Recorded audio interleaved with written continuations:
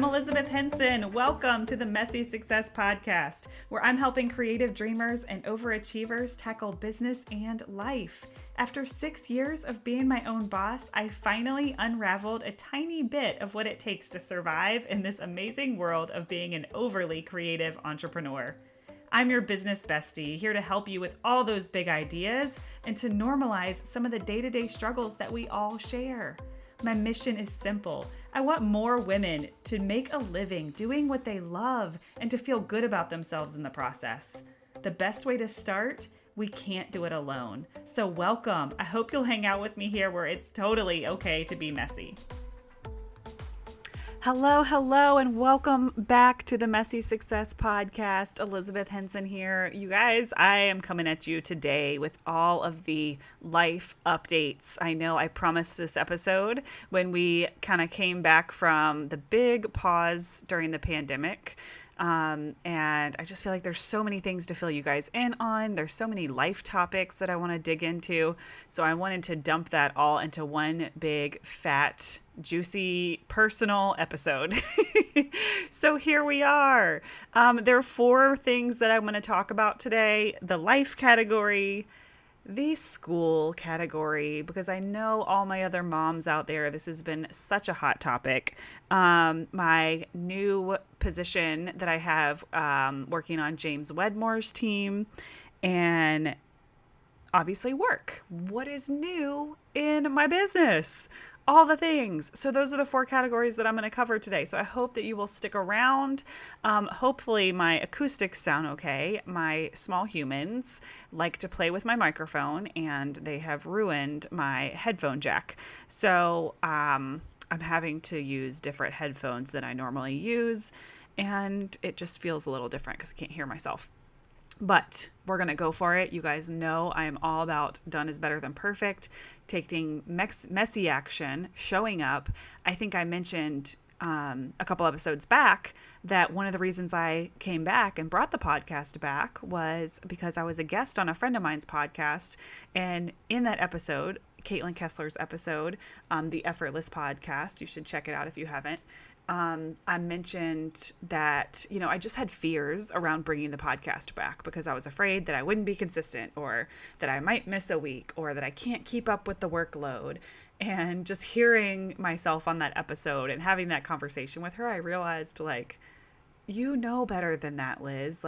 What is the worst that could happen? Isn't producing some episodes better than producing no episodes? Isn't sharing with your audience a little bit better than not sharing with them at all? I know these things, but I still sat in my fear or played it safe, right? I played it safe. Well, I don't want to commit to the podcast right now. But I'm back. I have committed. I'm so excited. And just hearing from you guys that you're glad that we're back and that you're interacting and loving the podcast still gives me all the feels and just, makes me that much more excited to keep showing up here. So, don't forget to leave us a review. We did have kind of a long pause and I want to bring the life back to the podcast. So leave us a review on iTunes if you feel up to it. And yeah, just send me DMs on Instagram, Elizabeth.Henson, all the things. Okay, let's dive in. So life updates. I mentioned a few weeks ago on Instagram that I had a very minor surgery. So we decided to have my tubes taken out. We've had 3 children and it is very clear we are done having children, right? We are done. Anthony was a surprise, but not an accident, right? I think I shared that in my episode about kind of how Anthony came to be. And, we just weren't ready to shut the door yet. So Anthony was definitely a blessing. We would have been fine either way. Now that he's here, I would have never been fine without him. But, we're kind of taking the let, universe, God, source, whatever, give us the answer on whether we're having a 3rd child. And Anthony is amazing. He is my treasure. But we're done and we knew we were going to be done. So we had to decide what extreme measures we wanted to take. And, my husband was willing to get the vasectomy and, that was definitely an option. We knew it was less invasive, a little bit more affordable. But I grew up in a family where my mom always, kind of took responsibility for her own life and made her own choices. And she's, very much an advocate for, having the tubes tied or having the tubes removed. I'm sorry, I'm not using the fancy names for those procedures. She was also an ER nurse. Like, I just really, trust my mom, and I enjoy following in her footsteps when it comes to a lot of, major life decisions. And also, there is, really, really significant research out there that if you have your tubes removed, it can reduce your chances of some cervical or ovarian cancers. Um, and I did my research, and that definitely seems to be true. My doctor was definitely on board with that. So that kind of sealed the deal for me. And also, there's a lot of people out there who have the belief of, I carried the babies. This is my husband's duty, right? Like, it's his turn to step up. He needs to do this. And, there's a lot of wives that just kind of demand that their husband get the vasectomy.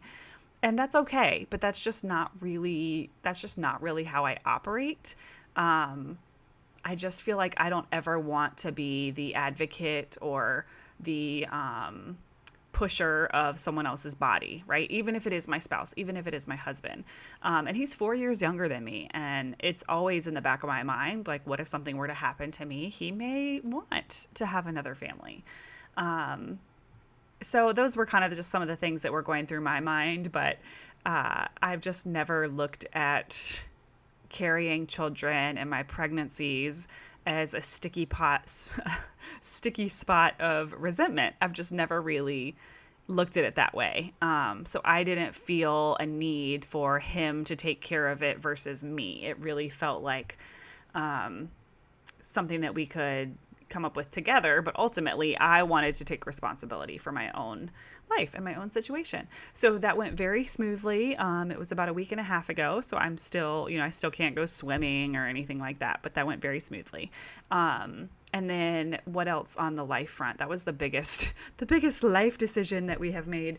But just adjusting to working with, my husband and working from home, having all 3 kids home, has been interesting, but there have been so many little blessings along the way. There's been so many mornings where I'm walking Anthony in the stroller, or even afternoons when I'm taking a long walk by myself, been running more than usual. Like, there's been so many times where I can look at this and say, man, I'm really grateful for the slower pace of my life right now.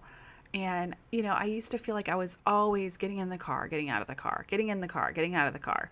And now I drive like maybe twice a week, right? Like, I don't know. I've just felt a really, really happy, like, words are not coming out right. I have felt a lot of joy around just the slower pace in life. We have become really good friends with our neighbors. I mean, when the weather was beautiful in the spring, you guys, this was like the best spring weather I can ever remember in Hampton Roads. Usually we skip spring altogether, and it's like cold outside and then blazing hot outside. And we actually had a spring this year. And we just sat in the front yard with our neighbors almost every day. And our kids played. They have 2 boys who are pretty close in age to our girls. And, we had drinks with them and happy hour. And then as the weather got even warmer, we pulled out the water toys. And then our other neighbor got a pool installed. And these friendships, like, have really, really blossomed. And they wouldn't have. And we reminisce about that all the time. We're like, man, we would not be sitting out here today if it wasn't for the pandemic. We would not be taking care of their dogs for them while they went on vacation if it wasn't for the pandemic. Like, so many little blessings. Our neighbor goes to the store and she's like, what do you guys need? And she picks up things for us. And we drop off stuff on each other's porches. It's been really incredible. It's been such a reminder of real life, right? Like, the life that we really live, not just being on social media and living this virtual life, which is kind of ironic because the pandemic has made us do so many things virtually, but it has also restored our relationships in a lot of ways too. So I have found a lot of little blessings. Business is doing really well. I mean, I think anybody who has an online business right now, this is such a unique time for us to thrive. A lot of really genius things were invented during a recession. Uber was invented during a recession. So it's a really exciting time, I think, to have any kind of business online because that's just the nature of what's happening with the pandemic. So those are our big life updates. Anthony is going to be 11 months old this week. So that means that we're creeping up on a year, and I'm just not ready. I'm not ready. There is something about having that last and final baby, and it's your last baby, that is just a game changer. Like, I don't want a second to go by. And, to have the pandemic and also be having this time with him has been amazing as well. And challenging, very challenging. He's very attached to my husband and I both, which is great, but it's also, challenging. But I have just loved this extra time with him. I just know I'm going to look back and be so glad that I was home with him. And Mark's mom does help us with the kids. She's started coming back about 3 days a week. So I'm starting to get some normalcy. And that kind of brings us into the school topic. So we have decided, as of right now, and we feel like this is one of those things where we could change our minds at the drop of a hat, but we are going to let Maddie go back to pre-K. Her school is doing a really, really good job with the social distancing. They have different entrances for all of the different age groups. Parents are not allowed in the building. And we're going to give it a try because Maddie, we really, really want her to go back to school. She needs to go back to school and socially and all the things, out of the 3 kids, we kind of, she's our middle. So, I think she's kind of been our biggest concern as far as school goes. So she's going to be going back in about 2 weeks and we're going to try it. And if we don't feel safe, we have no issues pulling her out. And Anthony is going to go 2 days a week to the same school. So our kids have been going to this school for a really long time, since Gracie was 2.5 and since Maddie was about 5 months. And we love that school so much and we feel really good about our kids being there. So that's going to be an adjustment. And then Gracie, of course, is virtual. And that's really the school discussion that I wanted to have, was my decision around Gracie. And I noticed that all of my friends were unenrolling their kids and they were deciding to homeschool them.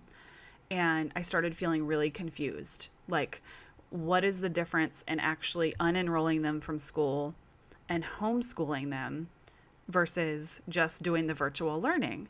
And I was like, I don't understand why do we feel the need to unenroll them versus just using the homeschool situation that the school is providing.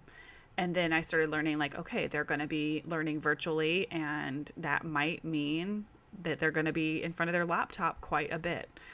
And I understand that's difficult for some people, or, I still don't fully understand if you compare virtual learning versus homeschool versus a different type of virtual learning that you're paying for. Like, I'm going to be 100% transparent that I have not done the side-by-side comparison and all of that. But what my decision came down to, and I reached out to Gracie's teacher, her kindergarten teacher, Elizabeth Merce. She is immersed in learning, is kind of her brand online. She does a lot of educating and speaking, and she is such an amazing teacher, such an amazing human. I really trust her. And I had a very serious conversation with her. I said, look, everyone is unenrolling their kids. I don't understand. Is this, talk to me about this. Tell me about this. And her answer was so simple and such a testament to how well that she knows me as a human. And I don't know why I feel like I'm going to get emotional talking about this. But she said, I know that you're a big picture person. And I know that you are a greater good person. That might have been the voice in my head. I can't remember. But, she said, every kid that is unenrolled, the school's going to lose funding. And the at-risk kids are the ones that will suffer. So kids with special needs. She mentioned Gracie's speech program that was so incredible for her. Just in kindergarten, she had access to such an amazing speech program. But I have been a teacher in the public education system, and I know those at-risk kids. Like, I can see them right now. I can see the at-risk kids because I've been there. And the thought of, everyone pulling their kids out and that funding going away for the kids that need it the most, my decision became so easy because I know Gracie is going to thrive. Gracie is going to thrive at school. She's going to thrive in homeschool. She's going to thrive in virtual learning because that's the kind of kid that she is. And, Mark and I are very much, character first. And I don't feel like my decision about how she learns this year as a first grader is going to change the trajectory of what type of human that she is. So I can look at our decision, and if our decision to leave her enrolled and let her learn virtually is what's best for the greater good and saves one at-risk kid or helps one at-risk kid, then I will never regret that decision. And, I don't have a desire to homeschool my kid at all. Virtually homeschooling. I am a working mom, and, I have this blessing with my job that I get to be a little bit of both, and I get to have full control over my schedule, and I get to drop my kids off and pick my kids up and take them to doctor's appointments and do all of those things. But I am also very much a working mom, and, it is not in my dream or in my path to homeschool my child. And of course, if it really came down to it, I will always do what's best for them. But this was not a situation where I felt like unenrolling her versus keeping her enrolled was a life-changing decision for my child. I really didn't. And I didn't feel the need to do the side-by-side comparisons because after my conversation with her teacher, with Miss Merce, I just knew where my heart was, where our core values are as a family. For my husband, that was also a no-brainer decision. I mean, he's such an advocate for the at-risk kids as well. That's how we met. And it just became such an easy decision. And, I'm not sharing that on the podcast to try to change anyone's mind or to say that someone else is doing it wrong, because I don't know that this would be the decision for my other two kids. I really don't. All my kids are so different. And, if I truly felt like unenrolling her and homeschooling her was going to be the best thing for her character and be the best thing for her family, of course I would do it. But just for us in this unique situation, that was where my decision came from, and it felt so good. Now, that being said, if they open school and we don't feel safe, both of us, my husband and I both, our moms are very high risk. So, and we are taking this pandemic seriously. So if they open school too early and we're not comfortable with it, then we may revisit this decision because we're going to do what's best for our family. But in the meantime, we really just want to be part of the greater good. That's very important to our family. So I did feel the need to share that, to use, my platform to share our journey and that decision. And, we can be so easily influenced, and, all my friends sharing their first day of homeschool picture and buying all their homeschool supplies. Like, I did question, myself. I did say, oh my gosh, is this what I'm supposed to be doing? And, just such a reminder to always turn inward to your core values, to your family's, mission, in this world, on this planet, and what's really most important. So that took a little bit of strength for me to not, just do what everyone else is doing and to kind of go against the grain. Because I know that is kind of the unpopular opinion right now, to stay virtual through the school. So anyway, that's what we're doing. We're excited about it. Gracie will start in a week, and she's got her Chromebook, and, her cousin's going to be over here, and they're going to do their virtual learning together. And we're going to make it work. It's going to be a very special, challenging time for me, but we're going to make it work. And we do have a really big support system. So that definitely helps. Okay. Topic number 3. Let's talk Team Wedmore. Let's talk about it. So if you guys know me, you know I'm a huge James Wedmore fan. That was the reason I went to California 3 times last year. The first trip to California, I was just a +1 with my friend Angie to go to Business by Design Live, BBD Live. And that's because she purchased James's course, Business by Design. And then when you purchase the course, you get to go to their live event, and there's a +1. So I was Angie's +1, and I had only really been listening to James's podcast at this time. Like, I hadn't bought any of his programs or anything. And this was almost 2 years ago. So January was our trip, January of 2019, I guess. And I went with her as a +1, and it was such a life-changing trip. I mean, it was incredible. And I immediately bought into his program after that trip. And then her and I bought into his bigger program. And I guess May or June or July of 2019, he had a opening for some coaching positions. And I applied because at this point I had become very familiar with his business model and what the coaches do because they were coaching me. And I had even gone up to one of my coaches at one of the events and said, like, how does one do this? Like, how does one become a James Wedmore coach? And they were like, just ask, right? Just ask. And of course, I shrank. Like, that just made me so nervous. But anyway, the opportunity presented itself to apply. And I applied last year in 2019, and I made it very far, but I didn't get chosen, which is, totally was what I expected, because it's such an incredible opportunity, such a no-brainer opportunity. And I know so many people applied, so many amazingly talented people applied.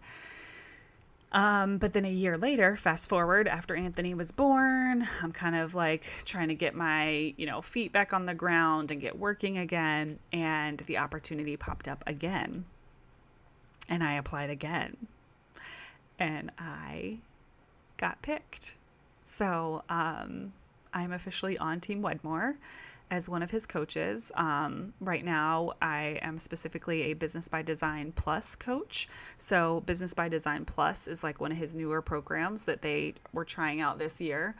And it's been amazing. Again, like totally life-changing to be in the atmosphere and to be learning from him in this way, and the other coaches, to be on a team of people who also have similar values and just run their life off gratitude. I mean, that was one of the things I noticed immediately being in the space with them, even though it's Zoom space, right? Was just the gratitude was bubbling over of everyone, to know that they were here, to know that they were selected for this, to know that James saw something in them. Just the gratitude. I mean, you could feel it. And I'm like, man, what a shift in energy to be in a space like this compared to, some of the spaces that I've been in where it's complain. This isn't fair. So-and-so said this, right? Like, just things can be toxic and we don't even know that they're toxic. But these people have nothing to complain about because they know they have everything they need. And I'm like, yes, I'm an eternal optimist. You guys know I'm an eternal optimist. It annoys people sometimes, but it is who I am. And I was like, I belong here. These are my people. I belong here. And just after our first training call, I just was like, I am meant to do this with all of my being. Every fiber in my body, I am meant to do this. And we didn't know we were getting picked at first. So he chose, a handful of us, quite a few of us, to go through his 10-week training program. And we didn't know that we were all going to make it through. I don't even think that was his intention. He just loved all of us because we're amazing. But So at first we're showing up for these trainings and we're like still thinking like we don't know if we're going to make it through. But I just knew with every part of me that like I was made for this. I was made for this, to change people's lives, to help people become more of an optimist, right? To have more gratitude, whatever that looks like. But I just knew this space was for me. So, I mean, this is just a dream come true for me. I can't even put it into words how much I'm learning, how much I'm evolving, how much my business has already changed. I mean, it's incredible. So, I wanted to share that, Aval, because it's brag worthy and we should always share our wins.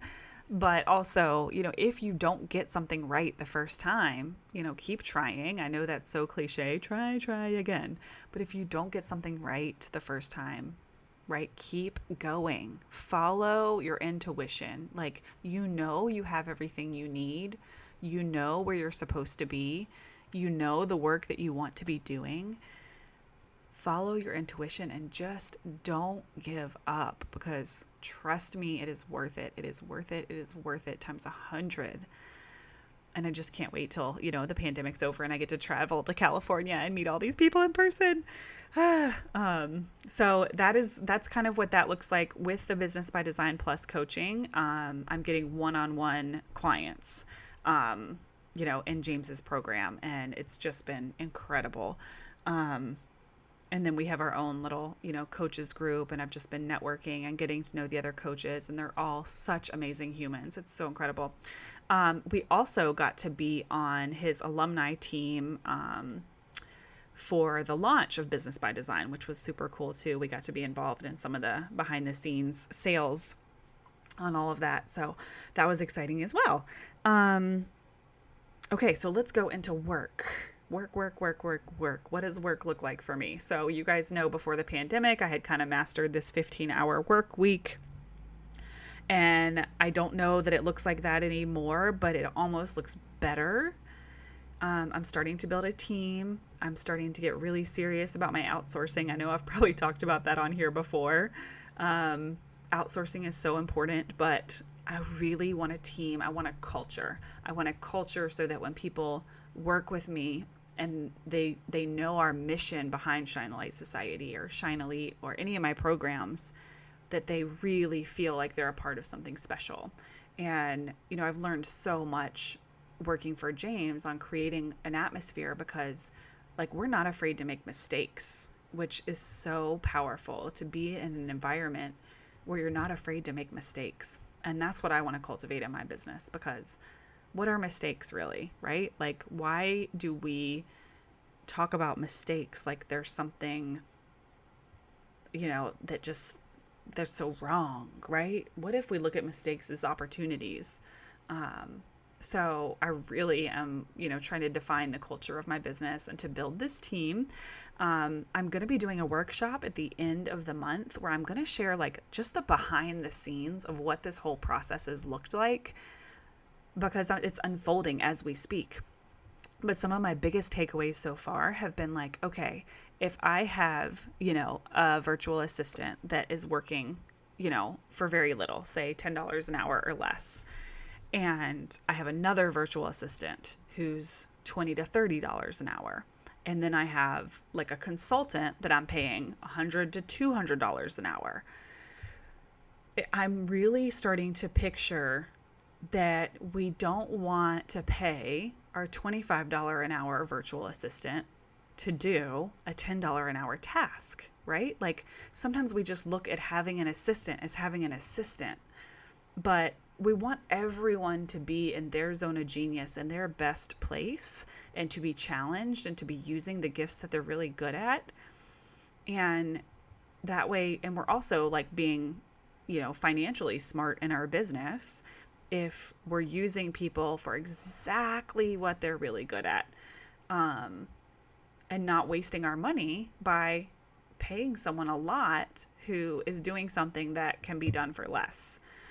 So I'm really learning about all of that. And I'm recording myself doing all my different tasks, editing the podcast, uploading the podcast, the show notes for the podcast, sending email reminders to my members, setting up events, everything I do in Zoom. I'm recording myself doing all these little pieces, and my VA and I are going to be organizing them so that we can start assigning them to people. And my ultimate goal is that, I am truly able to lean into this, right? Being the visionary, but like talking to you guys and being on the podcast and being in my Zoom calls and being in my Facebook groups and helping people. That is where I want to be. I want to be helping people as much as possible. And if I'm stuck behind my computer screen trying to figure out how to get Thinkific to talk to Zapier, to talk to Zoom, to talk to PayPal, like, I'm not helping people. I mean, of course that helps my business run, but I'm not helping people. And I am the visionary. I am the person who needs to be at the front, right? Helping people. And then there's other people who love doing the systems, who love doing the graphics. So they should be doing the things that they love doing. So I'm just really excited about this whole, process of building a team. And, I finally have an ads manager for Facebook. She's amazing. Facebook ads, or scaling in general, we'll just say scaling, has been definitely a speed bump for me. I've had a lot of fear around investing in that area, like just trying to get myself to grow organically, but also knowing I'm working less than 15 hours a week. So what does that look like? And she's been really incredible. Like, she's totally one of my people. I trusted her right from the get-go. Her name's Jenny. She's with Ads Uncorked. She's absolutely just an amazing human, and I just knew instantly that she was my Facebook person. But in all transparency, it's been a scary investment. But I ask myself, like, what's the worst that could happen, right? Like, I've saved up this money for this purpose of scaling. What's the worst that could happen? Say we get no conversions, no new people in my audience. Then I have helped another mom who has a business pay her bills, right? Like, that feels good. That feels like a gift to know that this is another mom. She's pregnant with her second baby, that I get to be a part of her journey.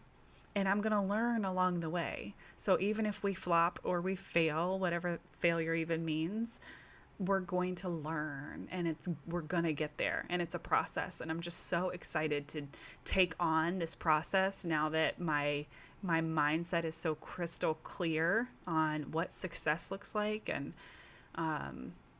all of that. So it's really, really exciting time for my business. We've been doing some fun videos. You guys might have seen the video I shared with my student, Kate Stiles, who is also on the podcast. So yeah, I feel like a really big growth spurt is coming. I feel very, very excited. And I'm most excited to be sharing it with you guys and just sharing in my transparency like I always do. And, things could change, and I could be back in a couple of episodes and be like, there is no team. I decided to be a solopreneur. Now, I doubt that will happen, but it could happen. So I'm going to be sharing more about that. Like I said, there's going to be a workshop at the end of the month where I'm going to share the behind the scenes of all the team building and what that has looked like. And by then I will have had my integrator on. So she'll probably be helping me with that workshop, honestly.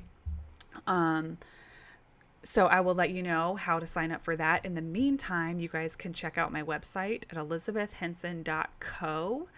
And I just had Chelsea, who has been doing some copywriting for me. We did some facelifts. I have a new web designer who's been helping me jazz everything up.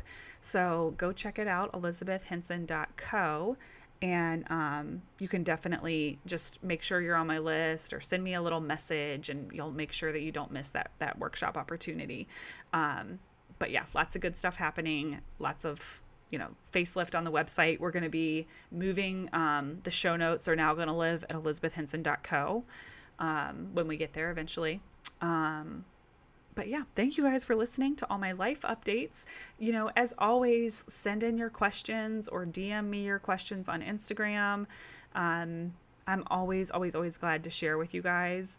I know social media, it's such a battle right now with all of these humans in my house. I haven't been doing my stories as much as I love to. You guys know I love Instagram stories. And I'm so excited about Reels, but I have not dove into that yet. But as far as corresponding with me on a day-to-day basis, I love hearing from you guys on Instagram. I'm Elizabeth.Henson. Leave us a review on iTunes. Share about the podcast if it helped you in any way. And I would love to hear you guys' thoughts on all of the crazy updates that I left you with today. And I want to hear your updates. I want to hear what's up with you. So thank you guys so much for being here. Thank you for listening. You guys know how much I love and appreciate you.